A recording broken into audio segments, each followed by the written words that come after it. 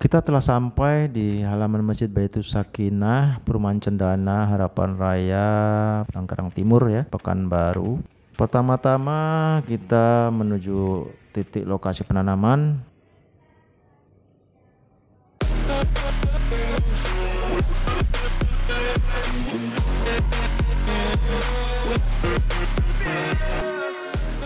Kita akan buat lubang ukuran 50 cm kali 50 cm kali 50 cm.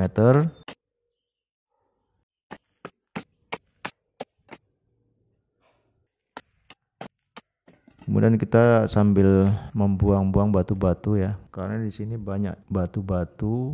Ini dulu sewaktu membangun masjid ini batu-batunya ada yang tertanam di sini ya. Batu diratakan halamannya, ini batu-batunya bagian menyebar kemana-mana sehingga harus kita bersihkan dari batu-batu ya. Pada saat sekarang ini kita gunakan pupuk dasarnya adalah NPK Mutiara 16 dan juga MOP kalium ya. Itu masing-masing sekitar 50 gram ya. Karena kita jangan sampai nanti terjadi overdosis karena bisa menimbulkan suasana di dalam lubang itu panas dan menimbulkan kelayuan ataupun kematian pada bibit yang kita tanam. Kemudian sebagian tanahnya itu kita kembalikan, kita campur dengan pupuk dasar.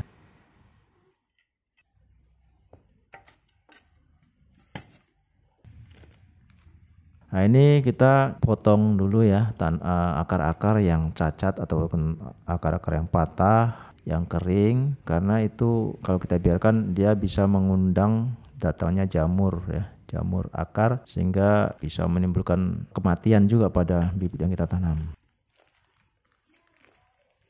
Pupuk dasar digunakan tuh bisa juga pupuk tunggal ya, misalkan pupuk MOP atau kalium. Kemudian ada fosfor ya atau TSP ya, itu bisa kita gunakan, ataupun dolomit ya, itu bisa juga. Artinya ini tidak tuh kemungkinan pupuk yang lain yang bisa untuk menjadi persediaan di dalam lubang ya.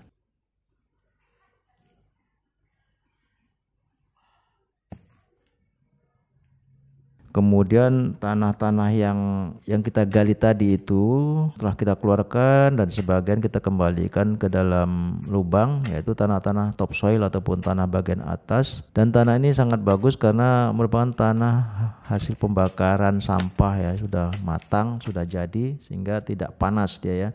Hati-hati kalau sempat panas ataupun masih baru, itu ini menimbulkan kelayuan ataupun terbakar akarnya sehingga bisa menimbulkan kematian pada bibit yang kita tanam.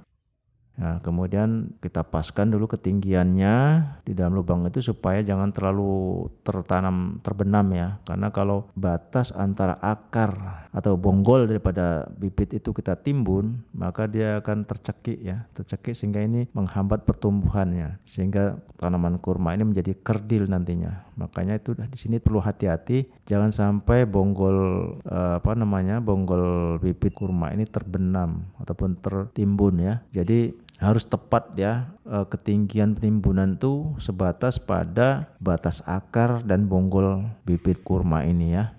Ini kuncinya juga ini.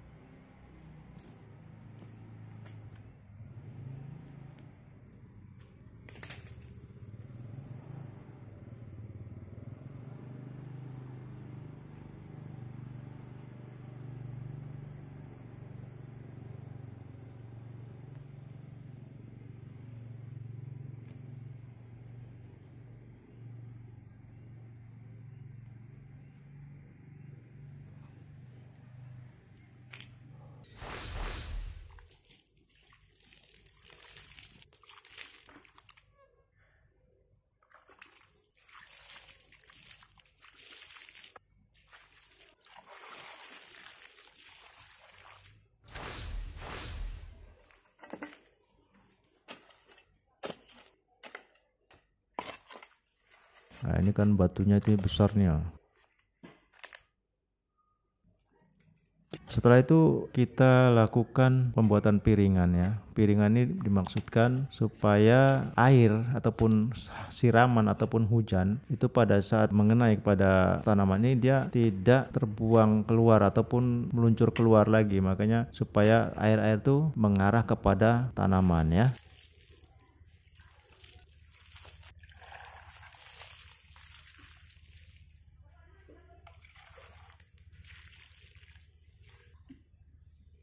Oke, demikian tutorial menanam kurma kali ini. Dan kita doakan semoga kurma ini tumbuh dengan sehat, subur, dan berbuah lebat, lezat, dan nikmat ya, sehingga bermanfaat.